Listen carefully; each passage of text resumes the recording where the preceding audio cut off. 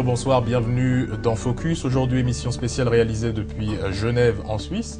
Nous recevons Aubin Minaku, président de l'Assemblée nationale de la République démocratique du Congo, député, et également depuis le 10 juillet, vendredi, bien président de l'Assemblée parlementaire de la francophonie pour 2 ans. Bonjour Aubin Minaku, merci d'être avec nous sur Vox Africa. Bonjour aussi et merci de l'accueil. Alors Aubin Minaku, cette présidence tournante de l'Assemblée réunie aux Canadiens, on va dire qu'aujourd'hui, c'était aux Africains de prendre la place. Vous avez été élu à l'unanimité. Effectivement, j'ai été élu à l'unanimité puisque il s'agissait d'un poste réservé à l'Afrique. Étant donné que, entre parlementaires africains, au cours de nos dernières réunions, à savoir la conférence des présidents des chambres législatives de l'Afrique, la régionale regroupant tous les parlementaires africains. Au cours de ces 2 dernières réunions, il y a eu cohésion entre Africains.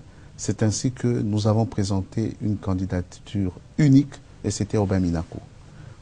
Étant un poste africain, à l'unanimité, toutes les composantes de l'espace francophone, de l'Assemblée parlementaire de la francophonie, m'ont désigné comme président pour 2 ans. Alors les téléspectateurs de Vox Africa qui nous suivent ne connaissent pas forcément le rôle finalement de l'Assemblée parlementaire de la francophonie. Je vais vous demander en quelques mots de nous expliquer également quelle est cette institution et quel sera votre rôle.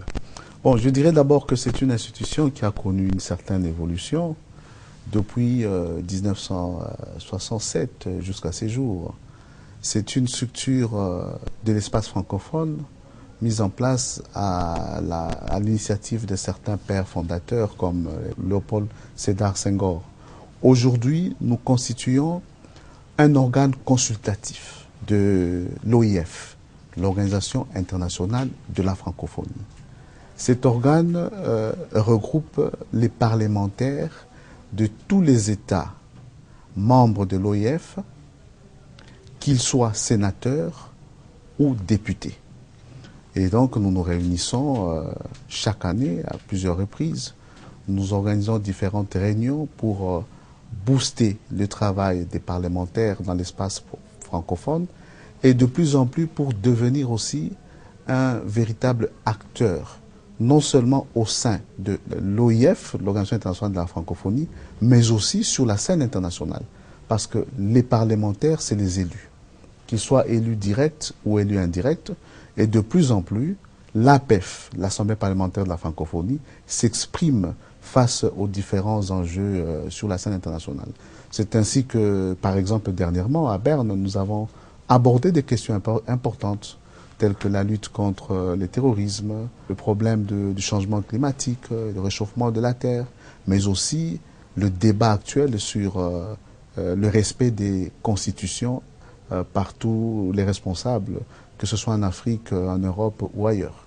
Eh bien, c'est bien que vous le disiez, parce que de toute façon, on va aborder effectivement tout un tas de sujets, oui. Et également l'international qui entre, je pense, effectivement, dans vos prérogatives. Vous avez abordé vous-même ces constitutions. On peut le voir au Burundi, Pierre Nkurunziza. On peut le voir au Rwanda avec effectivement Paul Kagame. On peut voir quelques changements, quelques évolutions au niveau du Congo-Brazzaville. On peut voir également le pays que vous représentez, la RD Congo, également qui fait la une de l'actualité, avec effectivement tous ces sujets, cette controverse autour de cette loi électorale. Est-ce à dire finalement qu'aujourd'hui, en Afrique, on a encore ce problème? Lorsque la démocratie ne se conjugue pas avec ce souci de sauvegarder la paix et l'unité, après chaque élection, qu'est-ce qu'il y aura? Comme le cas au Congo, il y a quelque temps dans mon pays, après une élection, le vaincu, puisqu'il n'a pas de culture démocratique, boude les résultats et vous amène à une guerre civile. Et lorsqu'il y a guerre civile, les pauvres électeurs, c'est d'abord eux qui perdent. Donc nous devons apprendre à conjuguer la démocratie, les élections, avec la nécessité impérieuse de paix et de sécurité. Mais maintenant, concernant ces États que vous avez cités, j'aimerais partir d'abord du cas de mon pays, la République démocratique du Congo. Nous avons toujours déclaré, moi personnellement je l'ai dit haut et fort, depuis 2013, que nous allons respecter la Constitution de la République démocratique du Congo. Je suis secrétaire général de la majorité présidentielle. Nous n'allons pas modifier cette Constitution en la violant. Ça signifie clairement que les dispositions intangibles de notre Constitution, nous allons les respecter. Mais cela signifie aussi que s'il est une disposition constitutionnelle révisable pour améliorer la gouvernance, par exemple en matière de décentralisation ou le renforcement de l'indépendance du pouvoir judiciaire, si nous pouvons réviser cette Constitution conformément à son propre mode de révision, c'est constitutionnel. C'est pourquoi moi j'avais une fois déclaré, clamer tout haut ne touche pas à ma Constitution, n'est pas conforme à la Constitution. Parce que la Constitution elle-même nous dit, je peux être révisé, sauf en telle ou telle autre disposition. Donc pour le cas de la République démocratique du Congo, la Constitution a toujours été respectée sous le leadership du président de la République, Joseph Kabila, garant de du bon fonctionnement des institutions de la République. Le problème actuel, c'est tout simplement un débat autour de la faisabilité, de la mise en œuvre de notre calendrier électoral. Parce que nous devons organiser les élections à partir des élections locales jusqu'à la présidentielle. Voilà, en un mot plutôt, le résumé sur la situation du Congo. Je suis convaincu et je plaide en faveur du respect de la Constitution dans tous les autres États, ceux qui ont été cités par vous et tant d'autres. En Afrique centrale, subsaharienne, mais aussi en Afrique du Nord et partout ailleurs. En toutes circonstances, la Constitution devrait et doit toujours être respectée. On va s'arrêter quelques minutes sur la Côte d'Ivoire. Il y a quelques jours, on a annoncé effectivement l'inculpation d'une vingtaine de personnes, d'une vingtaine de pro-Ouattara, ainsi qu'effectivement certains pro-Gbagbo sont concernés. Vous savez que depuis la crise post-électorale en Côte d'Ivoire, la période 2010-2011, la majorité des personnes jugées faisaient et appartenaient souvent au camp Gbagbo. On l'a vu, tout cela s'est conclu notamment en mars avec l'inculpation à 20 ans d'emprisonnement de Simone Gbagbo, l'ancienne première dame ivoirienne. Cette annonce finalement de l'inculpation d'une partie du camp Ouattara, elle change beaucoup de choses, et notamment dans la perception qu'avait toute une partie d'ONG et d'ONG locales, bien sûr, ivoiriennes, de ce clivage, finalement, voire d'une certaine partialité vis-à-vis de la justice. Laurent Gbagbo est à la CPI, à La Haye. Quelle est votre réaction par rapport à tout cela ? Lorsqu'il y a perpétration des massacres quelque part, il faut, avant de lever une option, de faire une analyse, se mettre à la place des victimes. Les victimes les plus pauvres. Une maman maraîchère, un pauvre citoyen quelque part, qui a perdu ses enfants, son épouse, etc. D'autres qui a perdu son mari et tout. Et donc, quand vous partez de cette réalité-là, toute démarche tendant à asseoir la justice, à amener une sorte de réparation des préjudices, toute démarche pareille est positive.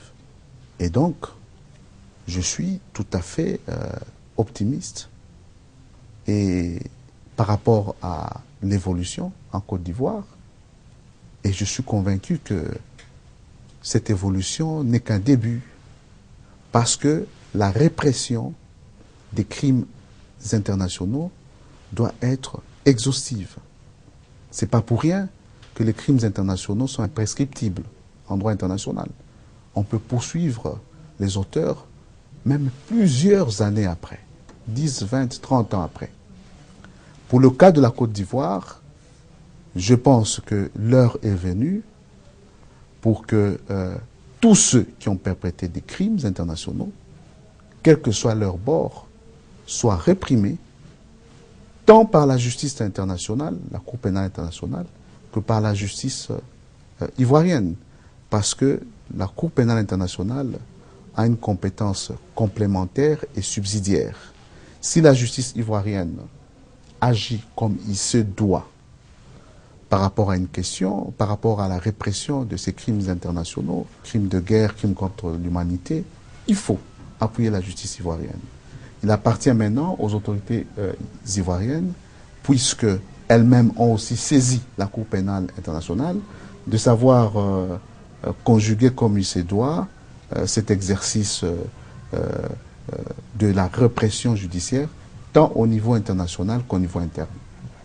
Vous avez rebondi effectivement sur la CPI, la CPI qui finalement catalyse l'attention, notamment, on a abordé il y a quelques semaines Omar el-Béchir en Afrique du Sud qui manquait de se faire interpeller justement par les autorités sud-africaines parce qu'il fait l'objet d'un mandat effectivement d'arrêt de la Cour pénale internationale.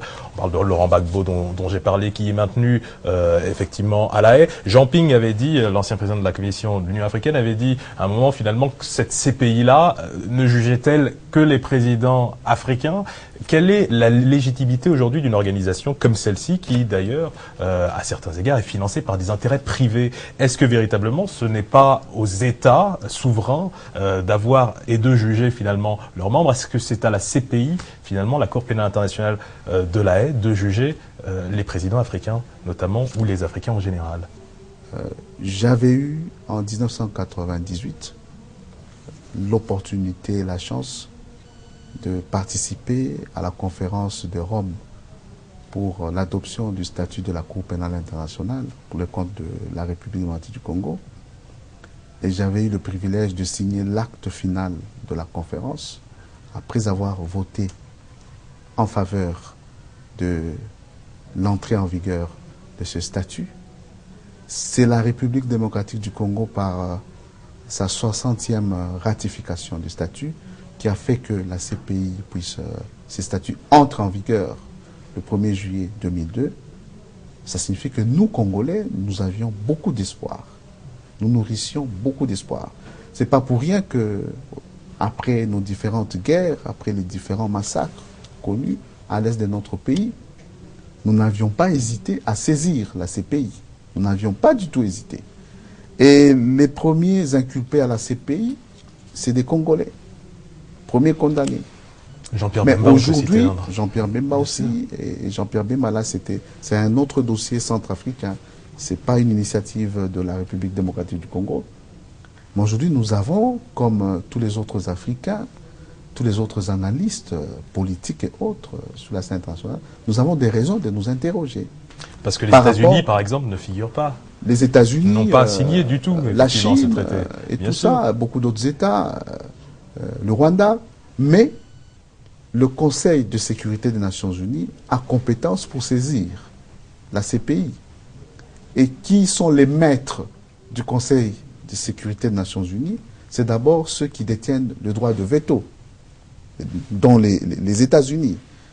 Et le Conseil de sécurité a même le pouvoir de décider de la surséance d'une action judiciaire au sein de la CPI. Mais aujourd'hui, lorsqu'on évalue l'agir de la CPI, il est clair que les Africains peuvent se poser des questions. Parce que la perpétration des crimes internationaux, particulièrement les crimes contre l'humanité, les crimes de guerre, ce n'est pas seulement en Afrique. Peut-être que les plus graves, c'est ailleurs. Alors, il faudrait que la CPI puisse s'assumer, mais c'est une question de temps. Parce que il ne faut pas oublier qu'il n'existe pas de gouvernement international comme tel aujourd'hui. L'ONU ne constitue pas un gouvernement international comme tel pour exercer le pouvoir exécutif sur tous les États. Il n'y a pas c'est pas encore une organisation d'intégration. C'est des juxtapositions des souverainetés qui se retrouvent pour essayer d'harmoniser les relations sur le plan international. Aussi longtemps qu'il n'y a pas de gouvernement international, peut-être que ça nous prendra encore un siècle, qu'il n'y a pas un réel Parlement international, il ne faut pas tellement rêver d'une justice internationale, au sens de la justice interne. Et donc, il faut un peu de l'eau dans notre vin lorsque nous évaluons la CPI. Cependant, je reviens à ce que j'ai dit il y a quelque temps. Je mets toujours dans la peau des victimes. Les nombreuses victimes des crimes internationaux, ceux qui ont perdu leur part,